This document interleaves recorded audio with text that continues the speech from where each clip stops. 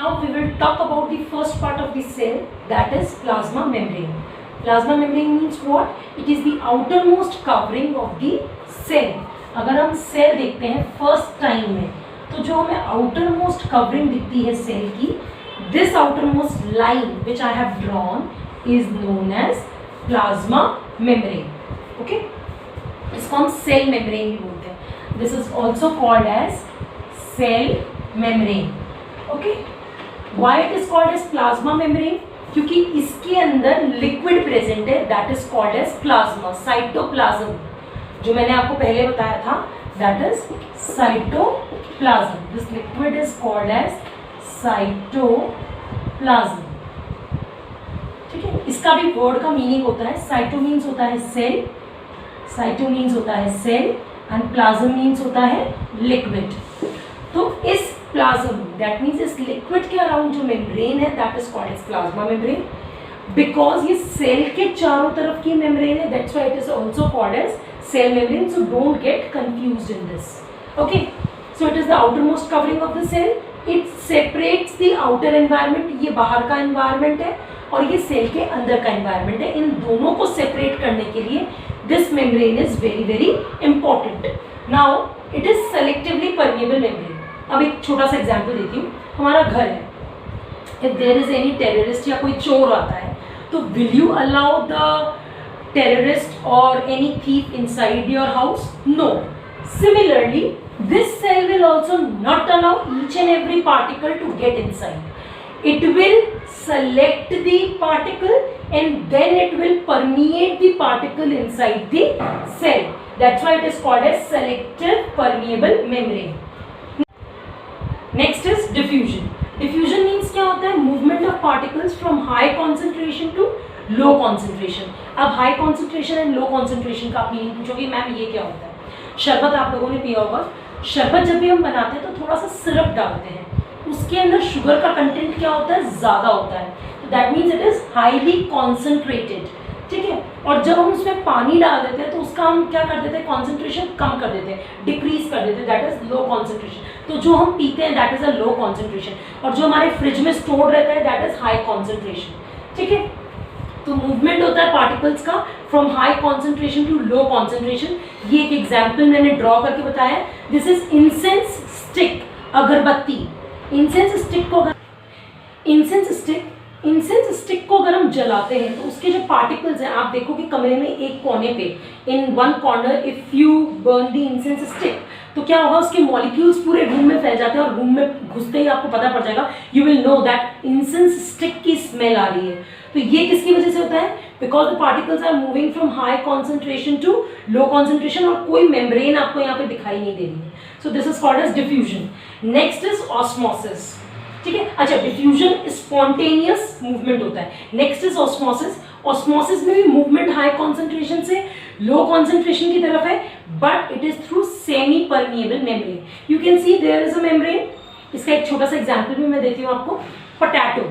Potato के अंदर आप होल करोगे, ठीक है, स्टफ पोटैटो बनाने के लिए अगर होल करते हैं अपन, ठीक है, उसके अंदर शुगर सिरप डाल देते हैं और उसको हम तैराते हैं पानी के अंदर. तो आफ्टर हाफ एन आवर और 20 मिनट्स के बाद आप देखोगे कि वो पोटैटो डूब जाएगा. क्यों? Because of the movement of particles from high concentration. पानी क्या है? बाहर ज्यादा है, अंदर कम है, तो it will move from high concentration to low concentration. अंदर की तरफ जाएगा और वो डूब जाएगा. ठीक है, ये मैंने यही शो करने की कोशिश करी. तो here the particles will move towards the low concentration, क्योंकि यहाँ पे पार्टिकल्स आपको कम दिख रहे हैं. और कब तक मूव करते रहेंगे? Until and unless they become equal. Next is exocytosis. Now movie देखने सब जगह जाते हैं, ठीक है, क्या लिखा हुआ होता है? जब आप अंदर घुसते हो तो आपको इनसाइड की एंट्री मिलती है, बट आपका जब मूवी खत्म हो जाती है तो गेट के ऊपर एक बोर्ड होता है जिसके ऊपर लिखा होता है एग्जिट. तो इससे आपको याद करना है एग्जिट. EX का मतलब क्या होता है? एग्जिट. ये छोटे छोटे टिप्स हैं जो आपको बहुत हेल्प करेंगे लर्न करने के लिए. ठीक है, so exit. Exit, cyto means cell, यानी कि सेल से कुछ चीज एग्जिट हो रही है. ठीक है, that is called as exocytosis. Something is moving out of the cell. Endo. Endo इसका ठीक ऑपोजिट है, यानी कि inside, in. there is some material which is getting inside the cell. Cyto means again cell, it is getting inside. Now वो material भी दो type का हो सकता है, ठीक है. पानी क्या करते हो आप, पीते हो, पीना, ठीक है. पिन्नो, पिन्नो मीन्स पीना, ठीक है. तो if it is liquid, pino means liquid material है, then it will be called as pinocytosis, यानी कोई लिक्विड मटेरियल सेल के अंदर आ रहा है. फेगो, फेगो मीन्स कोई सॉलिड मटेरियल अगर सेल के अंदर आ रहा है, then it is called as phagocytosis.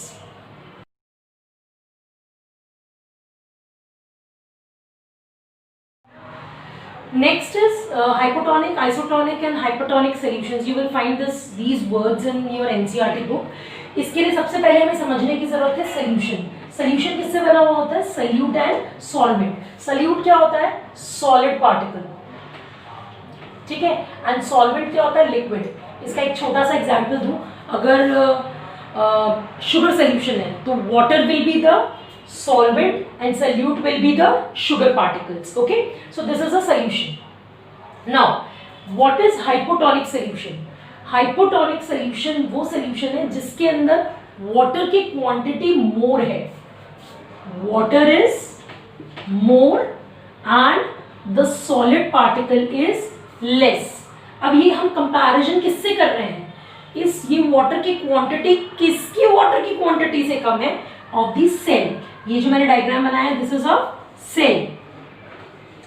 Cell के अंदर जो पानी है उसके कंपैरिजन में बाहर पानी क्या है, ज्यादा है, एंड बाहर क्या चीज कम है, सोल्यूट पार्टिकल्स कम है, and inside the cell it is more. What is more, water is more. So क्या क्या चीज होगी इसके अंदर, मैंने क्या बताया था, that particles always move from high concentration to low concentration.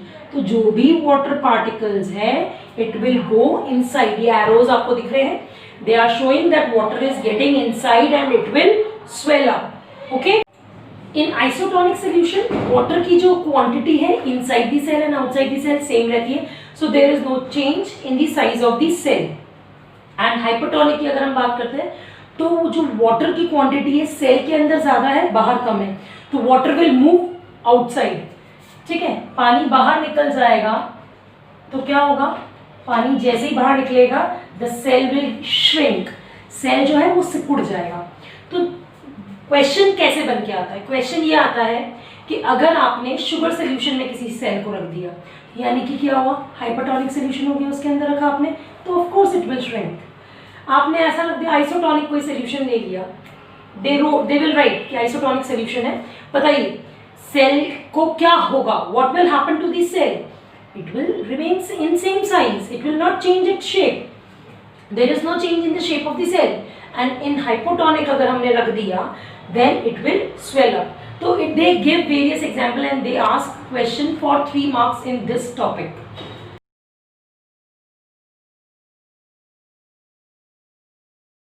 Students, आपको मैंने प्लाज्मा मेम्ब्रेन के फंक्शंस और ये सब बता दिए, but you will be wondering why I have not told you this structure. तो लेट मी क्लियर यू कि स्ट्रक्चर आपके कोर्स में एज सच नहीं है. Then also for your extra knowledge कि कैसे स्ट्रक्चर की डिस्कवरी हुई थी. स्टार्टिंग में डेनियल डेवसन ने ये वाला स्ट्रक्चर दिया था, बायलिपिड लिपिड लेयर है, उसके ऊपर प्रोटीन की लेयर है, ठीक है.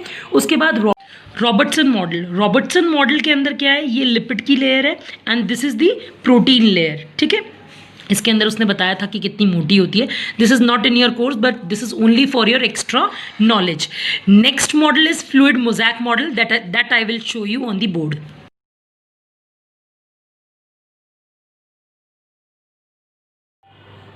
Now I told you 2 models, okay? Those 2 models were rejected.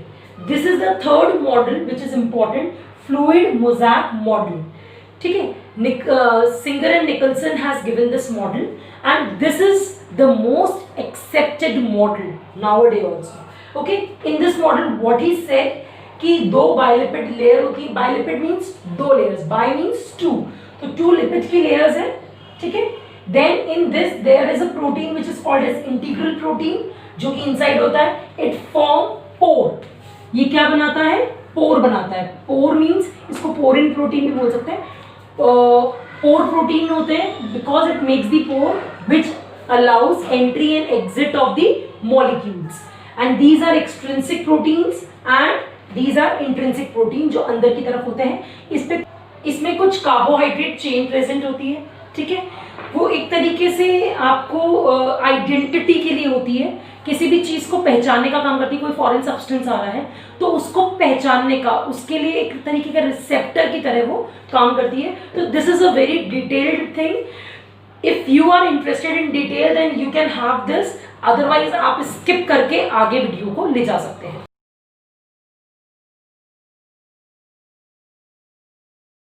Next is cell wall. Cell wall कहाँ प्रेजेंट होती है? मैंने बताया था जो आउटर बाउंड्री होती है that is called as cell membrane और plasma membrane. Just after the cell membrane that is outside it is called as cell wall.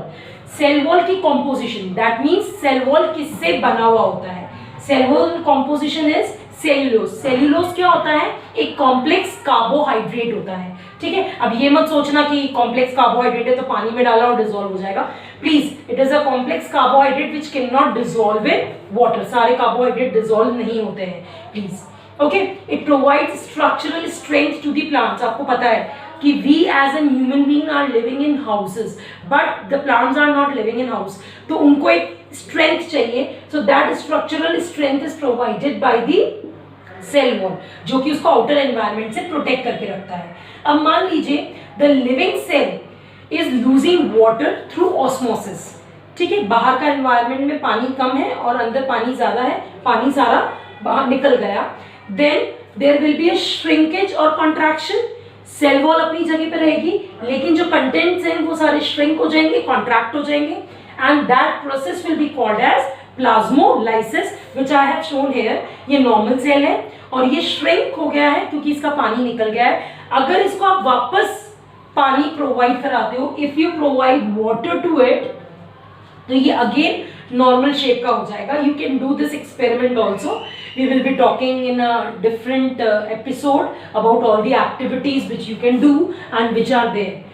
Next is it helps to withstand very dilute external environment. बाहर बहुत ज़्यादा पानी है, for example आप लोगों ने देखा ओशन के अंदर, पॉन्ड के अंदर, इनमें प्लांट्स होते हैं और बाहर पानी होता है बहुत ज़्यादा, लेकिन उसके जो सेल्स हैं वो बर्स्ट नहीं करते हैं। So which is the structure which is protecting? It is the cell wall which is protecting it, ठीक है। Cell takes water inside through osmosis, पानी लेता है अंदर। अब क्या करेगा? पहले तो अंदर की तरफ प्रेशर दे रहा था, ठीक है। उसके बाद पानी अंदर चला गया, वाटर अंदर जाने के बाद वाटर अपना प्रेशर लगाता है बाहर की तरफ। जितना प्रेशर बाहर से लग रहा है उतना इक्वल प्रेशर वो सेल वॉल की तरफ लगाता है। That's why it do not burst, okay.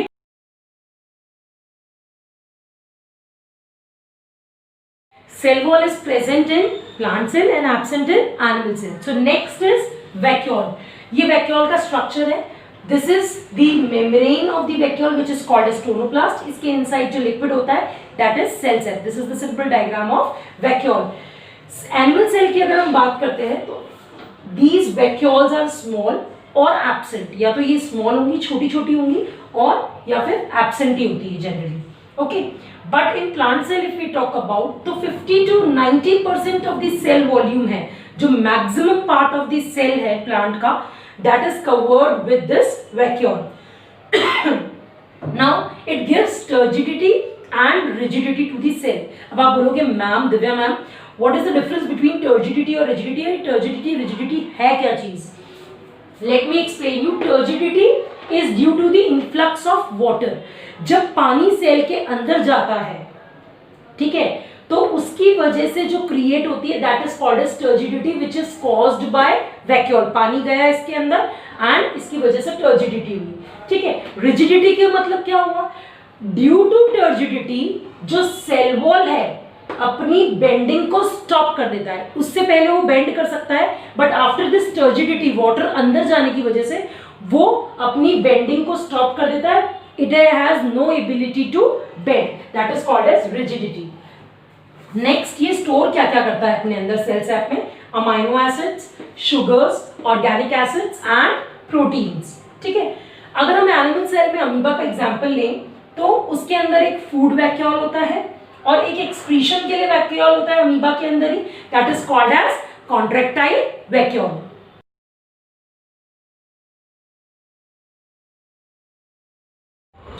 Next is lysosome which is also called as waste disposal system। waste disposal system मतलब कि वेस्ट को हटाने का काम करता है। कैसे? It is having hydrolytic enzymes in it। Hydro means water की प्रेजेंस में जो ब्रेक डाउन करने का काम करते हैं, ठीक है। And they work against foreign material, जो भी फॉरेन मटीरियल जो कि हार्मफुल है सेल के लिए, तो ये हाइड्रोलिटिक एंजाइम्स क्या करेंगे? बर्स्ट हो जाएंगे। कैसे? लाइसोसोम बर्स्ट होगा, इसमें से एंजाइम्स निकलेंगे एंड ये ब्रेक कर देगा सेल को एंड डाइजेस्ट कर देंगे and worn out cell organelles को ये सबको खत्म करने का काम कर देते हैं, वॉर्न आउट कर देते हैं cell organelles. And the foreign materials which is harmful, ये सिर्फ उसी के लिए वर्क करते हैं। That's why this is called as suicidal bag। This is very very important that why it is called as suicidal bag, because कोई भी foreign material which is harmful ये उसको मारने का काम करते हैं।